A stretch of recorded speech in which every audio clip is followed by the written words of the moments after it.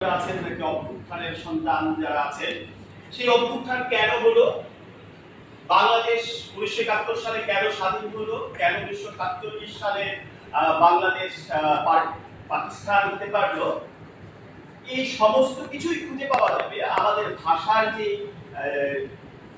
ভাষার যে উত্তরণ কিংবা জানি না ভাষার যে পরিবর্তন তাকে ধরে ধরে। এটা আমার একটা প্রতীতি ফেল করতে পারে, এটা ভেরিফায়েবল না, ওইভাবে আমি প্রমাণ করতে পারবো না, কিন্তু আমার মধ্যে এটা আছে। আমি খুঁজে দেখি এবং অনেকেই এরকম বলেনও।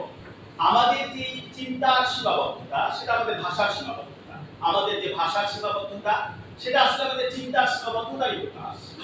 হাবিব ভাই শুরুতেই যেটা একটা কথা বলি যে প্রেক্ষাগৃহ, সিনেমা না বলে প্রেক্ষাগৃহ কেন আমরা বলি না। আমরা যে কেবল বলি না তাই না, যেটুকু বলি সেটা দারুণভাবে ভুলভাবে বলি।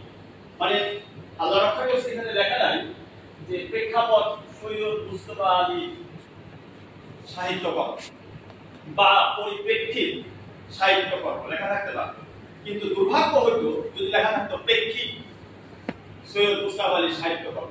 আপনারা দেখেন লেখা প্রেক্ষিত কি, ওই যে প্রেক্ষাগৃহের কাছে যা দেখা হয়েছে, যা কিছু দেখি আমরা তাই প্রেক্ষিত। আর পার্সপেক্টিভ, ব্যাকগ্রাউন্ড, কনটেক্সট, একটা পরিপ্রেক্ষিত, একটা প্রেক্ষাপট ভিন্নভাবে ব্যবহার হয়। তো এই যে ভাষার যে আপনি কি ব্যবহার করছেন, কিভাবে ভাষা ব্যবহার করছেন, কোন শব্দ আপনি ব্যবহার করছেন, আপনি ঠিক ঠিক ধরতে পারছেন কিনা, আপনি যার মধ্যে দিয়ে গেলেন সেটা কি বিপ্লব, সেটা কি একটা গণ অভ্যুত্থান, সেটা কি একটা জন অভ্যুত্থান, এটা কি নাকি একটা আন্দোলন। এটা যদি আপনি সঠিকভাবে আপনার ভাষায় ধরতে না পারেন, আপনার ভবিষ্যৎ খুব একটা ভালো না। তো সৈয়দ মুস্তফা আলী কি করেছিলেন? সৈয়দ মুস্তফা আলী ওই দিকটা যদি বলি, আমি কিছু নোট নিয়েছিলাম, হাবিব ভাই কাউকে পাই নাই, আমাদের যেটা বলতে যে একবারে পাইতেছি না বলেন, তো ওই ফাঁদে পড়ছি আমি, হয়তো এটা ইয়ে বলছে, যাই হোক একভাবে ওই ফাঁদের মধ্যে থেকে আমি ঢুকে গেছি। সৈয়দ মুস্তফা আলীকে বলবার কোনো এখতিয়ার আবার ওই অর্থে নাই। কিন্তু যখন সাংবাদিকদের কথা ভাবি, আমি যখন আমার একেবারে সাংবাদিকতা শিক্ষার্থীদের কিংবা আপনারা যারা একটু জনমুখী লেখা লিখতে চান তাদের কথা যখন আমি ভাবি, বা আমার নিজের ক্ষেত্রেও আমি যখন একটা ফেসবুক পোস্ট দিই, তখন আমার মাথার মধ্যে সৈয়দ মুস্তফা আলী আসে। কেন আসে? কারণ এই ভদ্রলোকের ভাষা যে কোনো, মানে এটা উল্টো দিক থেকে যদি শুরু করে যায়, তার ভাষার বৈশিষ্ট্যটা তার গল্প, তার ছন্দ ভাষার মতো। আমি তব হব সাথী, পড়ছেন এটা? আমি তব হব সাথী, এই কবিতাটা কারো মনে নাই? আমি তব হব সাথী, হেসে খালি শরতে বৃষ্টি সফল শিশির সিঞ্চিত প্রভাতের বিচ্ছেদ বেদনা। পড়েন নাই? শব্দ পড়ছেন কয়জন পড়ছেন? তৌফিক পড়ছেন। দেখেন কয়েকজন শব্দ পড়ছেন। এখন এই শব্দের যদি আপনি শুরুটা দেখেন, একজন সাংবাদিকতা আমরা যে গদ্য লিখি, কখনো সেটাকে আমরা বলি সাদা মাথা, আর একটা বলি ফিচার ধরবি, একটা গদ্য লিখি, সেই গদ্যটাই মানুষকে টানে, মানে প্রতিটা পদে পদে যদি টেনে নেয়। আমরা সংবাদের সূচনা বলি লিড এমন ভাবে লিখতে হয় যেন সেটা টেনে রেস্ট অফ দ্য স্টোরিতে নিয়ে যায়। আপনি শব্দে শুরু করে দেখেন, আমি জানি আমি খুব একটা সাহিত্য লোক না, একেবারে মানে পড়ার লোক নাকি, দুনিয়ায় যত কম পড়া লোক আছে, আমি যখন বিশেষ করে 25-26 বছর ধরে পড়াই দিয়েছি, তো পড়ানা লোকদের যারা পড়ার দরকার এই সোনা সর্বত্র দিয়ে এর মধ্যেই নাই। কিন্তু কিভাবে আমি জানি, আমি কিন্তু ছোট ছোট পড়া পড়ছি, এটা হচ্ছে লেখকদের শক্তির কারণে, তীব্র শক্তি। আপনি দেখেন বাদশাহ আমানুল্লাহর কথা সাইদ স্যার বলছিলেন, উনি শুরু করতেছেন এইভাবে স্বপ্ন, বাদশাহ আমানুল্লাহ নিশ্চয়ই মাথা খারাপ, ছোট্ট একটা বাক্য, বাদশাহ আমানুল্লাহ নিশ্চয়ই মাথা খারাপ, না হলে আফগানিস্তানের মতো পিটকুটে গোড়া দেশে বড়দের দেশে ব্যবস্থা করতে যাবেন কেন? স্বাধীনতা দিবসে পাকবান শহরে আফগানিস্তানের প্রথম বল ড্যান্স হবে।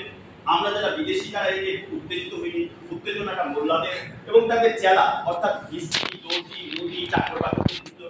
আমার বৃদ্ধ আব্দুর রহমান সকালবেলা চা দেবার সময় বিড়বিড় করে বললে জাত ধর্ম আর কিছু রইল না। আব্দুর রহমানের কথা আমি বড় একটা কান দিইনি, আমি শ্রীকৃষ্ণ নই, জাত ধর্ম বাঁচাবার ভার আমার স্কন্ধে নয়। ধীরে ধীরে হুলোরা একটি মেয়েদের গলা জড়িয়ে ধেই ধেই করে নৃত্য করবে। আমি শুধালাম কোথায়? সিনেমায়। আব্দুর রহমানকে পায় কি?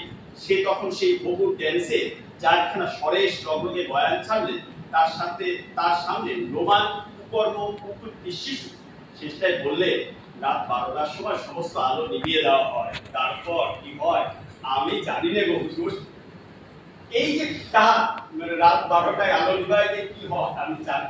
এই যে একটা সাংবাদিক আপনাকে বাধ্য করবে এত বড় একটা উপন্যাসে টেনে নিতে। মানে আমি কি বলে যে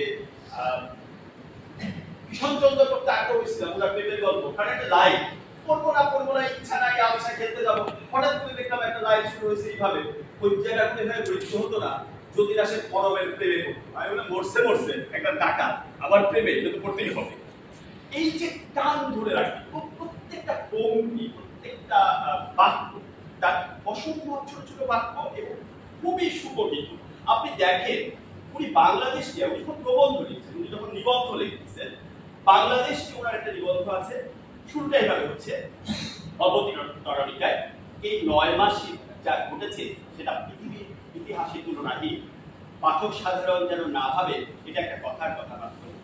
ঠিক 2 মাস পূর্বে 15 জানুয়ারিতে আমি এখানে এসেছি।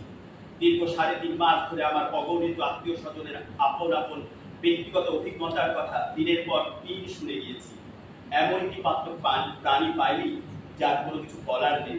মাত্র 4 বছরের শিশু তার আপন গল্প আছে। এই যে গল্প, এত জোনার মানুষের গল্প আমাকে টেনে নিয়েছে এবং আমি পড়ছি 71 নিয়ে, বাংলাদেশ নিয়ে। উনি যখন ভাষা সাহিত্যের মতো নিরস, ভাষা সাহিত্য সংস্কৃতির মতো নিরস একটা প্রসঙ্গ নিয়েও লেখার অবতারণা করছেন, একটা নিবন্ধ লিখছেন, দেখেন কিভাবে লিখতেছেন। ঐতিহ্য, হোটেলজট এবং ভারতবাসীতে পার্থক্য কোথায়? শিক্ষাবিদ পণ্ডিতেরা সমস্যায় বলেন কোনো পার্থক্যই নেই, উত্তম বাতাবরণে রেখে উপযুক্ত শিক্ষা দিবে প্রাপ্তবয়স্ক হোটেলজট ও ভারতীয় কোনো পার্থক্য থাকে না। কিন্তু ঐতিহাসিক বলেন পার্থক্য বিলক্ষণ আছে।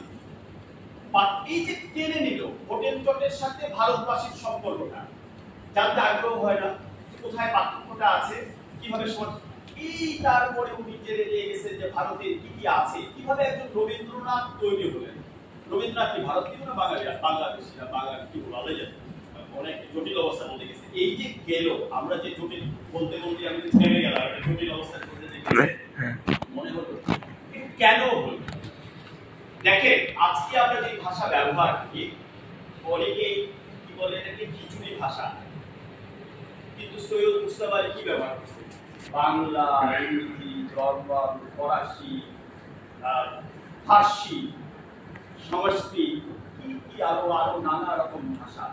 কিন্তু অদ্ভুত ভাবে দেখবে এই ভাষা আপনার উপরে কোনো চাপ তৈরি করে না, আপনি খুব সহজ ভাবে এটা বুঝতে পারেন, আপনি নিতে পারেন। ওই যে বললাম একটা জনমুখী ভাষা উনি তৈরি করতে পারছেন, যেটা হাইব্রিড গাড়ির মতো।